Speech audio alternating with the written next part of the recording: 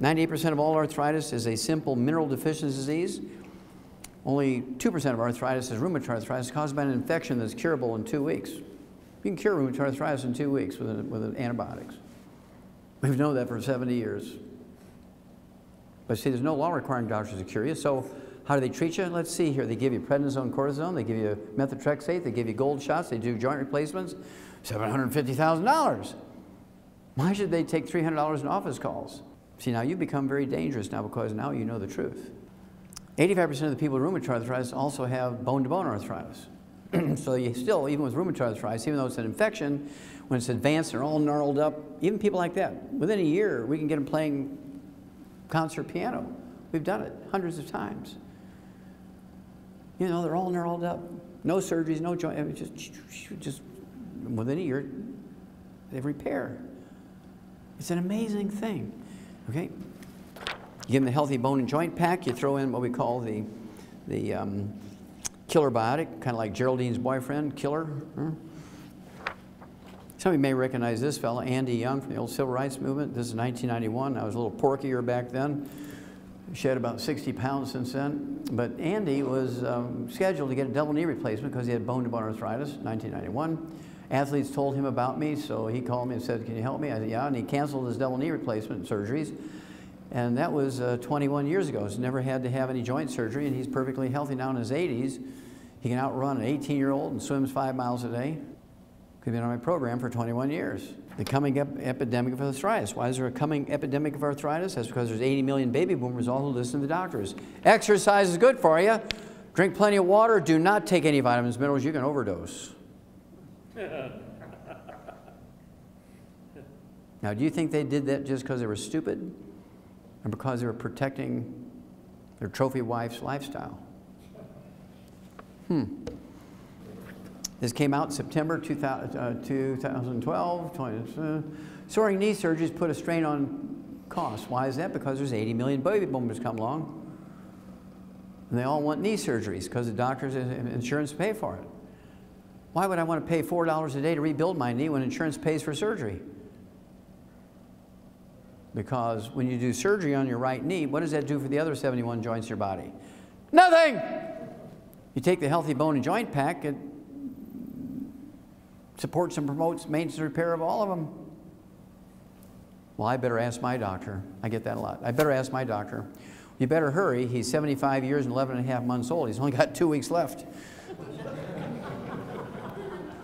Do not take those drugs, bisphosphates, Fosamax, and Boniva. They only reduce the rate of loss of brittle old bone. They do not build new bone, as doctors told you. That's why it's now 1-800-BAD-DRUG. Harvard Medical School, New England Journal of Medicine, 10 years ago, 2002. New England Journal of Medicine, they did a meta-study on 300,000 people that had joint replacement surgeries, knees, hips, shoulders. The reporters just use knee surgery because everybody knows about knee surgery.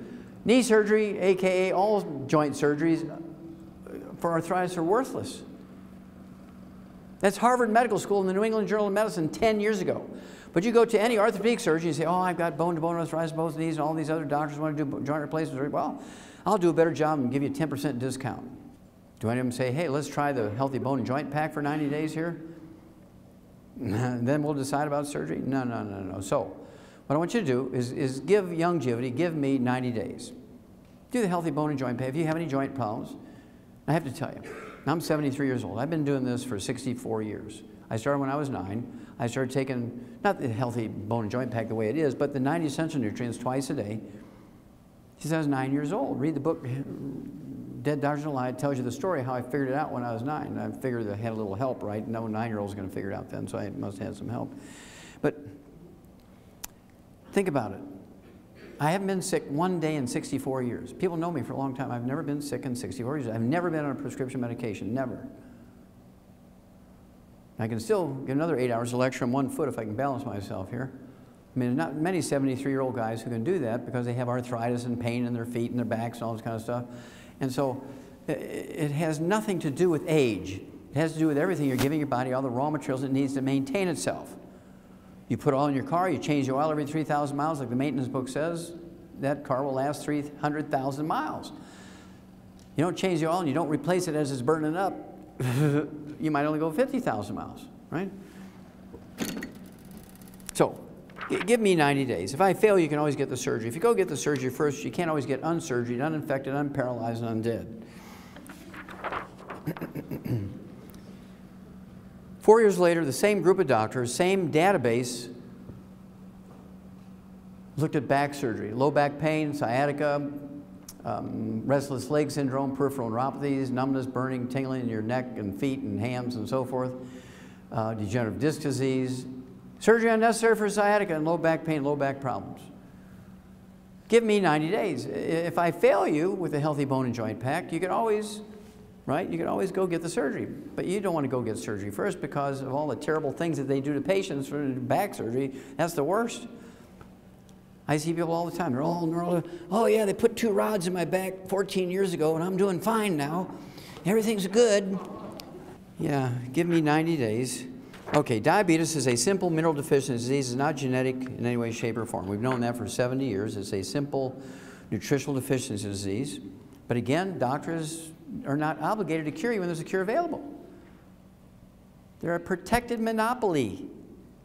They can do what they want. And as long as you agree to it, everybody's happy. Why is there going to be a diabetes epidemic? 80 million baby boomers come along. Exercise, sweat out your nutrients, drink plenty of water. Don't take vitamins and minerals, you can overdose. I must hear that 1,000 times a day if I hear it once. I don't know who to strangle first, the patient or the doctor. And here's why you'll be burying your children. Wall Street Journal, April of this year. No easy cure for diabetic children. Now, we're not talking about type 1. This is type 2. It used to be called adult onset type 2 diabetes because it only occurred in people over the age of 50. Well, that was a long time ago. In 1963, people under the age of 5 never got type 2 diabetes. But look, following the doctors and the government's instructions, eat whole grains, don't eat fat, eat, plenty of exercise, don't supplement. Look what happened. See, if the doctors were right and the government was right, the chart should look like that again. Following their instructions, doing what they say, this is what you're getting. And so the kids are dying younger and younger and younger just from type 2 diabetes when nobody should get it. It's a simple mineral deficiency. High blood sugar is not the disease. High blood sugar is just a symptom of the disease. Just like elevated blood cholesterol is a symptom of type 2 diabetes, it has nothing to do with the cause of the disease, high blood sugar. Do not get statin drugs because they increase your risk of diabetes, type 2 diabetes, by 50%. And this came out, what, in 2012, right? Just like the other one I showed you. I don't get all the easy ones. When I get people with diabetes, I usually get them with complications. Here's some gangrene of the foot. I see gangrene of the legs all the way up to the groin. And a good endocrinologist, he loves this. I mean, the toes are crystallizing. There's not much healthy flesh left. So they'll cut the foot off right there at the arch. If it goes up the leg, they'll cut the leg off in the middle of the thigh or up at the groin. Well, with our program, it usually takes 2 to 14 days to wean them off their medication. Now they're an ex-diabetic in 2 to 14 days. It happens like all the time. The longest it ever takes is 30, 60 days. But I'd say 80% of them are 2 to 14 days. If they do exactly as I say, they'll wean off their medication because we're giving them the mineral that's missing. But what about the complications? What about blindness? What about heart disease? What about gangrene? Well, it just all goes away. Usually 30 to 60 days.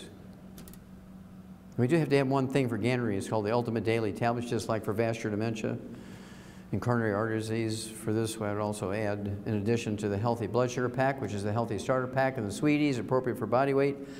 If they have complications of the heart, or eyes, or brain, or complications of the gangrene, I give them the Ultimate Daily to get the circulation going. Here's another one that shows they don't know anything. Diabetes cases may double by 2050, and perhaps even triple.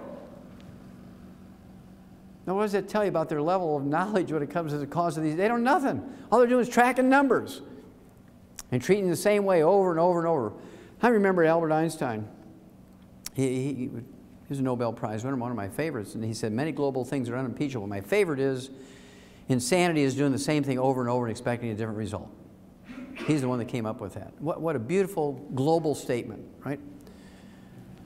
And this just shows how stupid and insane they are. So again, the Healthy Blood Sugar Pack, and if they have complications, whatever is necessary to deal with the complications. Usually within 2 to 14 days or an ex-diabetic. So if it's not cholesterol that plugs the arteries, what is it? It's inflammation caused the arteries by eating fried foods and eating oils and processed meats with nitrates and nitrites. All the things that turn into trans fatty acids, even at room temperature. You go to a restaurant, well, we're very careful to ask, we want salad, but we want it dry. We don't want any dressing on it. You know, when I go to a restaurant, I have all my eggs poached. At home, I'll soft scramble my eggs in butter because I know I'm using butter. If I ask the cook in an IHOP or a Denny's to scramble my eggs in butter, you know what they're going to do? They're going to use honey that tastes like butter because it's cheaper. And they think they're doing me a favor because it's, you know, it's an oil or a margarine. I want to be like George Francis. It'll be 112, at least. Okay? So the secret killer is not cholesterol. How many of you heard of the Saturday Evening Post? See, young people don't even know it. I thought it was a dead magazine. Ted, I didn't even know it still existed. This is a May-June 2012 issue, cover article. Pill shocker, cholesterol meds may be useless. They left out two words. They should have said cholesterol meds may be useless and dangerous. Article's title was The Cholesterol Conundrum. One of the doctors interviewed for the information in that article said, everything you've heard about cholesterol and heart disease is wrong. Who told everybody that? Doctors. And then a summary of speaking to 12 different doctors. These authors of this article spoke to 12 different doctors who were primarily heads of the departments of cardiology at medical school, said, here's the summary, cholesterol levels are actually a fairly weak predictor of who will have a heart attack. What? What? Now this is just the opposite of what they said even 2 weeks before this article came out. Now I said this in '71 and they thought I was an idiot. Now they're saying what I said 41 years earlier. Okay? Cholesterol levels are actually a fairly weak predictor of who will have a heart attack, because that's true. Cholesterol has nothing to do with a heart attack. You saw this one earlier. Now this will mean something to you. Good cholesterol, not so beneficial. Higher HDL, high density lipoproteins, the good cholesterol levels don't reduce heart attacks. Lower your cholesterol of any kind, good or bad, doesn't reduce heart attacks because it doesn't cause it. You spent $1 trillion a year for 50 years for nothing. You spent all that money and all that energy and all that consideration eating stupidly, and you ranked 92nd in the world in healthfulness. 60th in longevity. That's what you got for following the doctor's instructions. All these illiterate people out there doing just the opposite of what doctors say, just because they're illiterate, live to be 112. Pediatricians want in on the largesse now. They want to get the kickbacks too, so they're going to start giving 8-year-olds statin drugs to lower their cholesterol, because they think if we lower the cholesterol levels in kids 8 years old, we'll prevent heart disease in adults. And what you're going to say is, no! Do not let them give your kids cholesterol-lowering drugs, because they will die before they're 20 and you'll be standing at a gravesite burying your children. And the last thing I'm going to share with you is my favorite article on cholesterol. We'll talk about high blood pressure and I'll be done. This is the last one on cholesterol, but it's my favorite article on cholesterol. Normal cholesterol in an 88-year-old man, let's call him Frank, who eats 25 eggs a day. Published in the New England Journal of Medicine. This is not a big study, this is a case report, but it's very valuable. This guy, Frank, goes in, 88 years old, for his annual physical, and Dr. Kern, who's a clinical doctor in the outpatient clinic at Harvard Medical School, which teaches, you know, young doctors how to be doctors, and that's scary. And Dr. Kern comes to Frank and says, look, you're in pretty good shape for 88 years old. Man, we couldn't find anything wrong with you. I'm going to reward you. I'm going to give you a prescription of Viagra. And so Frank stands up and kind of lifts up his belt, you know, and throws his shoulders back and says, well, I'm pretty good in that area. I don't need no Viagra. So the doctor says, really? What do you do? What do you do to be good in that area? He says, well, I eat 25 eggs a day. And the doctor says, what? The doctor's having a heart attack. What? You eat 25 eggs a day? So the doctor runs back into the lab and he reruns it himself. He couldn't believe the numbers. So he comes back and says, well, your blood cholesterol is 190 without medication. And why do you eat 25 eggs a day? He says, well, it makes me more studly. Now I want you to think about it. How many of you have heard of estrogen and progesterone? Okay, that's two steroid hormones. How many of you have heard of adrenal hormones? Okay, that's another steroid hormone. How many of you have heard of testosterone? It's another steroid hormone. Those 4 hormones are steroid hormones. And they're 95% by weight cholesterol. So you go on a cholesterol-restricted diet, you take cholesterol-lowering drugs, and there ain't nobody home anymore.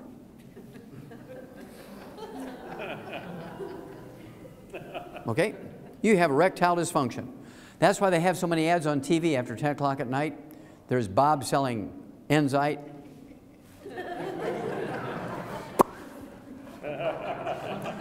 And the one I really love is Cialis. You know, this couple on the beach in the bathtubs? Now, their genetic line is going to die out. They're very stupid. You got to be in the same bathtub before there's the right moment. I mean, 2 slabs of cast iron in between, there ain't nothing going to happen. No matter how good your erection is, right? Now, so, eat 6 to 8 eggs a day. And, you know, Ted's and his wife Nasima and Brandy, they always eat with me a lot on the road. When I go to these places, I'll have a big steak. If it's breakfast time, I'll have 4 eggs that are poached with a big hamburger patty or a breakfast steak. And you can see all the people in the place are eating their organic multigrain waffles looking at me. And they don't even know it. They're dead men walking. So you take your 90 essential nutrients. We actually have an aphrodisiac called Drive. It's a little capsule, and the main ingredient is an herb in it. It's an Asian herb called Harney goatweed. It's a great little herb called Drive. We add that to our, I'll tell you a couple of other things, a lot of fun. Okay, the stealth killer, high blood pressure, is a simple mineral deficiency. High blood pressure is not genetic in any way, shape, or form. Even in the black community, it's not genetic. Millions don't manage blood pressure. Well, that's because they're treating symptoms. They're not dealing with the cause. Cause is a mineral deficiency. Salt has nothing to do with high blood pressure. What's the first thing a good farmer or rancher puts out for his livestock in the pasture? A salt block or salt lick, right? There's nobody out in that pasture telling a cow she's limited to 1 lick a day, is there? I refuse to believe my human patients are dumber than the cow. Oh, also, if you're biblically orientated, it's kind of fun. God said, go forth and be a salt of the earth, right? I mean, it's in the Bible. And God is forever. Now, doctors say restrict salt and they live to be 56. I'm going with God. Big study. Uh-oh, Houston, we have a problem here. Low sodium intake could be riskier. That's because sodium is an essential nutrient. You cannot have nerve impulses without sodium. You can't move water around in your body without sodium. You can't make stomach acid without chloride.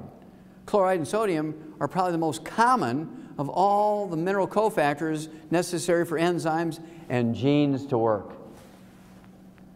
Uh-oh, Houston, we have a problem. Now, while this study was designed to deal with high blood pressure in the black community, because doctors convinced the black community that high blood pressure is genetic in them, this also is true for whites and blacks and yellows and reds and oranges and everybody, right? What they did was go from Loyola University in Chicago and Oxford University in London to Nigeria. They wanted to go up in the mountains of Nigeria and find some tribal guys that had normal blood pressure. They could take their blood samples and they make a vaccine, come back, genetically engineered thing, inject it in every black man, woman, and child, and get rid of their high blood pressure that way.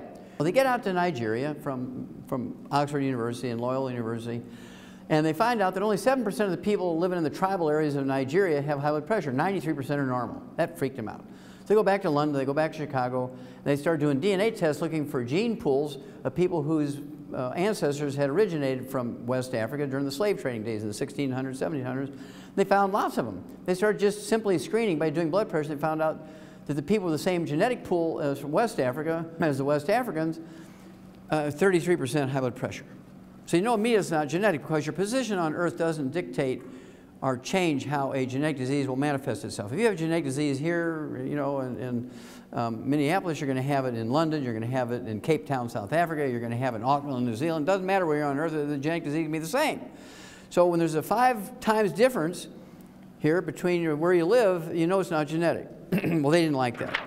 So they gathered up more blood samples from Nigeria, more blood samples from all over the world, from people who had originated from Nigeria, their ancestors, during the slave trading days. And they got in the geneticists, and they got in the cardiologists, and the blood pressure people, and all this stuff, and they studied for 6 years. And in 2005, January 2005, they came out with the final results of the study. Remember, doctors want you to believe that it's genetic. This was published in the British Medical Journal, which is their version of the Journal of the American Medical Association, very well respected around the world. And here's what they said. Hold on to your hats. High blood pressure in blacks, not genetic. High blood pressure in white's not genetic. High blood pressure in yellow's not genetic. High blood pressure in red's not genetic. It's not genetic in anybody. It's a simple mineral deficiency disease. Now, how many of you in this room, particularly the black individuals in this room, how many of you had your doctor send you an email in 2005 saying, "Praise God, we just learned that high blood pressure in black's not genetic. You just take the Healthy Start Pack and the Ultimate Daily Tablets, blood pressure goes away in a couple of weeks. Hallelujah!" Anybody get that? I speak to black churches all the time. They've never heard of that. You know how many black men have died in the last 7 years because they didn't get the information? Over 100,000 from a high blood pressure stroke. Somebody needs to go to jail. But they won't because they're a protected monopoly. So how do we deal with this? We tell people ourselves. We share this information and get people to do things for themselves. They won't need doctors. And here comes the fun part.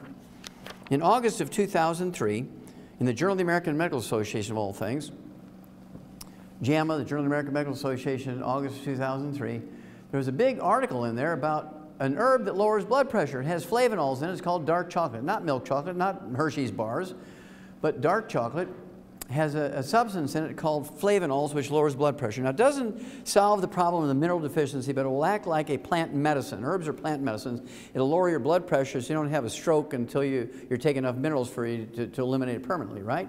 But I just keep taking it because I like it. My blood pressure, I'm 73 years old. My blood pressure is 121 over 71. My pulse is 43. It does spike when I get angry. It'll spike up to 45 when I get angry. When I was wrestling for the University of Missouri, my wrestling pulse was 38, and the doctors were always freaking out, but I could always outrun them, outwhip them, and all this, that, and the other, right? And in addition, dark chocolate has another substance. It's a fun substance called PEAs, phenylethylamines. How many of you have heard of phenylethylamines? Okay, this is the reason why we give chocolate on Valentine's Day, is the phenylethylamines. Now, the Spanish, they didn't know the name of the chemical, but they knew there was something special about dark chocolate. So in 1523, they took it to Europe and started giving it away on Valentine's Day. The whole purpose of dark chocolate was to seduce the woman with dark chocolate. PEAs, phenylethylamines, are the love chemical. They're an aphrodisiac, right? It's really great stuff, but it's got to be dark chocolate. So, in that year, 2003, we came out with a product called Cocogevity. And Cocogevity has flavonols in it, will lower your blood pressure, but it's also loaded with PEAs. It always works, guys. So, when Valentine's comes up, and it's coming up in a couple of months, don't give chocolates, give Cocogevity and reap the awards. Reap the rewards. Okay. If you like pieces of chocolate rather than the liquids, I like the liquid. I add it to my coffee. We own a coffee company called Java Fit, and it made us publicly traded. One of the things we do, if you, personally, I don't take anything from the company. Even though I started the company, I don't take anything from it. I give it all back to you guys. You know, if you help other people, the more people you help, the bigger your check gets. This gets good. Okay. Anyway, triple treat chocolate. Triple treat chocolate. Triple treat chocolate. Why is it called triple treat? Because it lowers blood pressure. It has probiotics in it, which gives you good digestive stuff and gives you the best sex life you ever had. Triple treat, right? Because it has flavonols in it to lower blood pressure, but it also has PEAs in it, phenylethylamines. Good stuff. Now, two of these chocolates gives you 33,000 antioxidant points, 33,000 ORAC points, which is right in the halfway mark between 20,000 and 50,000, these top 20 longevity people. Lower blood pressure, 33,000 ORAC points, and PEAs. I mean, how good does that get? And we also have another one called Triple Truffle. In addition, it has 500 milligrams of usable calcium per piece, which is the size of a pat of butter, and 1,000 international units of vitamin D3. So if you take 3 of those, you're getting 1,500 milligrams of usable calcium and 3,000 international units of vitamin D3, which is the minimum daily requirement for vitamin D3. Now, this is not a standalone product, obviously. You add that to the 90 essential nutrients and whatever else you got going. So that's sort of, and I could go on with, 894 other diseases. We don't have time for that, but you can read the book, Dead Doctors Don't Lie, Let's Play Doctor, and so on. I go through those diseases with you and tell you what to do for them. And so what I'm going to do now is turn this over to Brandy and Nasima and Ted, and they're going to give you some information, and you can flip on the lights now. Well, the lights can go up, and I will then answer questions for you for about, I don't know, half hour, 45 minutes, and we'll have a lot of fun and save a lot of people. Okay, thank you very much.